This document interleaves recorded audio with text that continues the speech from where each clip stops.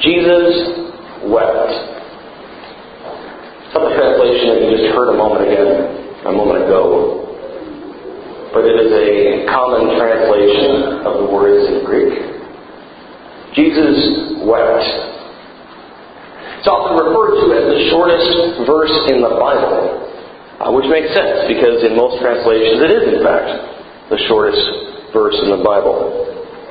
Jesus wept. Traditionally, when people read that and hear those words, we think about the love that Christ had for Lazarus. The way in which he was so moved by the death of his friend that he was moved to tears. Jesus wept. This moment of Christ's humanity, this moment of Christ's compassion, it is nice.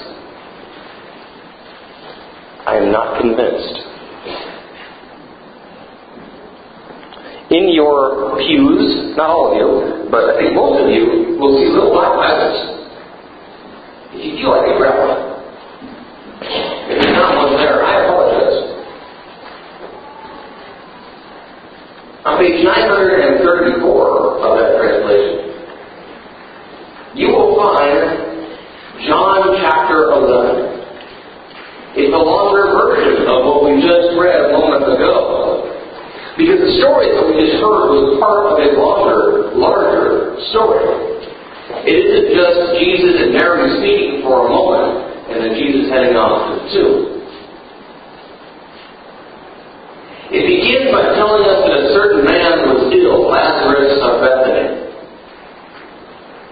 So the story actually begins with Lazarus alive.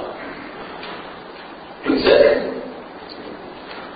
Word travels to Jesus that his friend Lazarus is sick. And of course, knowing that his dear friend is ill and possibly at death's door, what is Christ's immediate reaction? He hurries off to go see Lazarus in the not quite way. He stays put.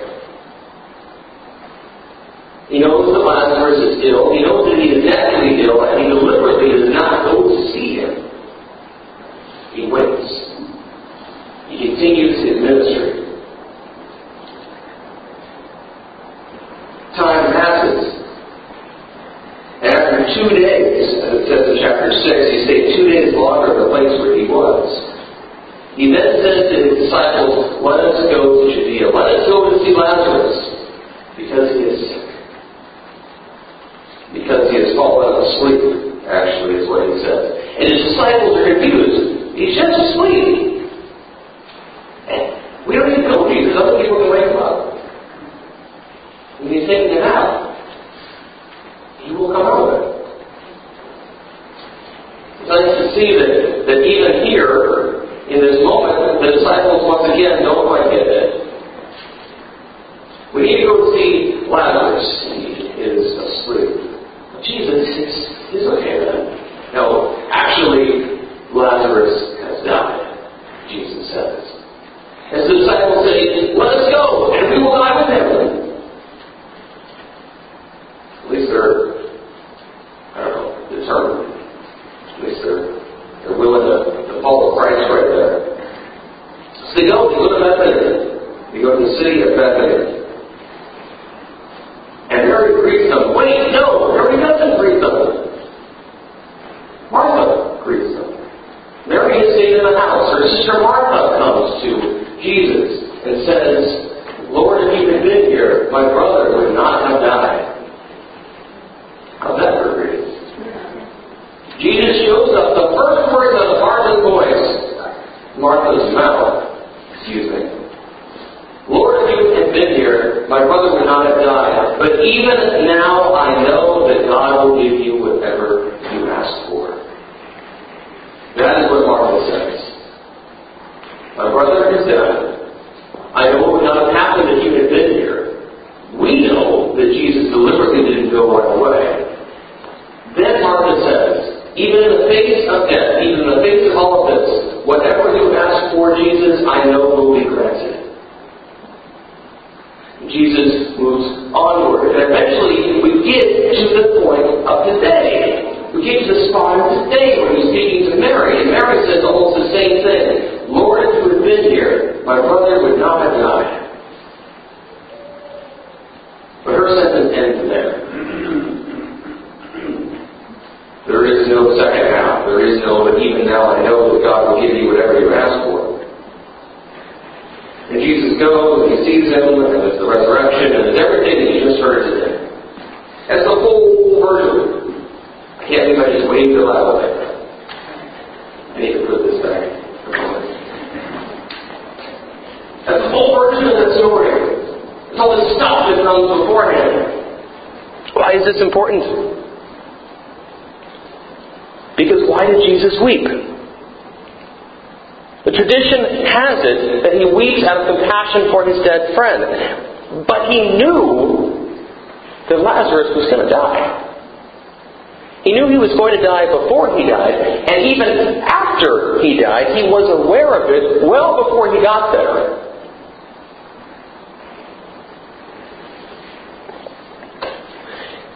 The chapter makes it clear that he deliberately pauses beforehand, and that he even says that this will be used for the glory of God. There's something beyond just compassion here. But if you want a real clincher for it, that little bit in there that says Jesus was deeply moved, it's very sweet, really. He was deeply moved. Oh. He was deeply moved. Do you know what that word would translate out into if you wanted to be literal about it? He was furiously snorting like a horse. Huh? Have any of you ever been sad before? I have. Anyone? Really? Wow, I'm so envious of so many of you.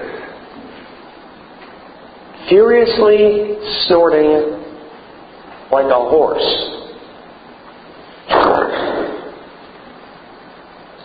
I've never once done that while I was sad. I can honestly say until that moment I've never once done that. That is not... Do any of you do that when you're sad? I mean, if you do, that's okay. I'm not going to judge, but... It doesn't make sense. Furious about a death that he anticipated. A death that he... You almost could say, what happened? By not going earlier. Furious? To the point of that sort of sound effect? I don't believe that he was weeping at Lazarus' death. I don't. I honestly don't. If you do, that's okay. I'm okay with us disagreeing on that. But I don't believe that's why he was weeping. I believe he was weeping at their disbelief. Martha said in verse 22, Lazarus is dead. Lord, that's right. Lord, if you had been here, my brother would not have died, but even now I know that God will give you anything you ask for. Jesus moves forward. We get to Mary. Lord, if you had been here, my brother would not have died. And then people are telling him where he's located. There's the body. It's all over. And it's after that he weeps.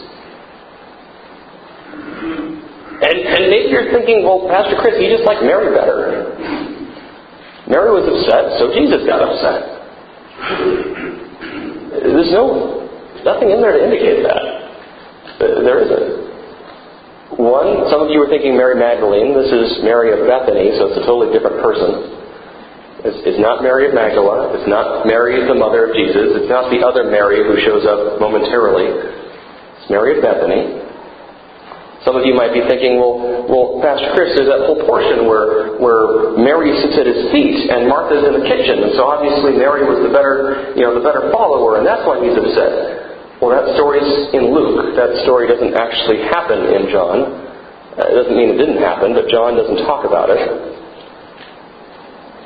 There's nothing in there to indicate that. All we have is this very upset Jesus.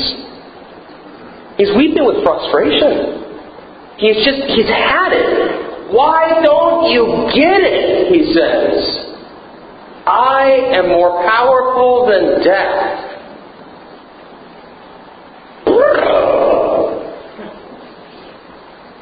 It would have sounded so much better if Jesus did it. It's okay. Several of you know that we have a youth group forming up. There's, in addition to the stuff we've been doing here, we also have been working with these other churches. These other Lutheran congregations have been getting together once a month to these cluster gatherings. Kids from all these different churches coming together for fellowship. I think I'm off now. Right? It just died? Interesting. Anything up there, or is it me? Weird. I didn't touch anything. I had a battery when I started. Maybe your water. Maybe. No. That's okay. We'll improvise. That's Marcus. Call me over. Now he means business.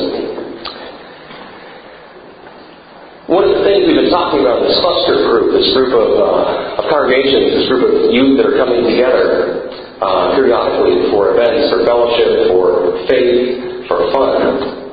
We've been talking about doing a mission trip, possibly down to San Francisco this coming summer, which I'm excited about because I used to live down there. So I think it will be fun. I think we could be doing some good stuff. One of the destinations that people have brought up is this church called St. Gregory of Nyssa, which is also known as the Dancing Church, or the Church of the Dancing Saints. And the reason it is named that way is twofold. One, there is this huge mural that wraps around the narthex area, or excuse me, the sanctuary, of saints dancing, joined in hand, all doing this little grapevine event. There's this 12-foot high Jesus. And then also the congregation joins together in worship, or in dance, near the end of worship. And I went there a couple times when I was in seminary. The mural, like I say, there's this giant Jesus. There's Peter, there's Paul, there is Mary. There's Moses, there's Abraham, there's Miriam. But there's also people like Martin Luther and Gandhi. Eleanor Roosevelt, Anne Frank, Albert Einstein, Ella Fitzgerald, John Coltrane. It's an interesting mural. It's an interesting church. But I love that image, the dancing saints, because so often when we think about saints, when we think about those who have passed on, when we think about those who have come before, we have these stoic mug shots. You know, it's always just kind of like... And it's very placid. It's very stoic. But instead there's this idea of these dancing saints, these living, breathing, vital, Christ-filled examples of faith. And I think that's really cool. Jesus said today, "Did I not tell you that if you believed, you would see the glory of God?" Well, we've talked about before how as Christians our call in this world is to live out the two greats. The Great Commandment and the Great Commission. The Great Commandment, love the Lord your God with all your heart, soul, and mind, and love your neighbor as yourself. And the Great Commission, go out into the world making disciples of all nations, baptizing them in the name of the Father, the Son, and the Holy Spirit, teaching them all that I have commanded you, and know that I am with you always. We're not Jesus. You know that, right? Everyone knows we're not Jesus, right? Good. We can't resurrect like Christ. But we can bring to life the loved ones who have come before us in how we live. We can honor their memory and worship Christ by using them as examples of faith and hope and love. The glory of God was not just revealed in the physical resurrection of Lazarus, though it certainly was revealed in the physical resurrection of Lazarus. The glory of God was not just revealed in the physical resurrection of Christ, though, it was definitely revealed in that. The glory of God is also revealed in how Christ lives in the lives of His people, how Christ lives in the lives of His children, how Christ lives in the lives of us. Why did he weep? Jesus is more powerful than death. God's love is more powerful than death. And the people around him could not see that. The people who hung out with him, who ate with him, who drank with him, who slept on the side of the road with him, could not see that. And that is why he wept. But when we remember that, there is no reason for Jesus to weep. Amen.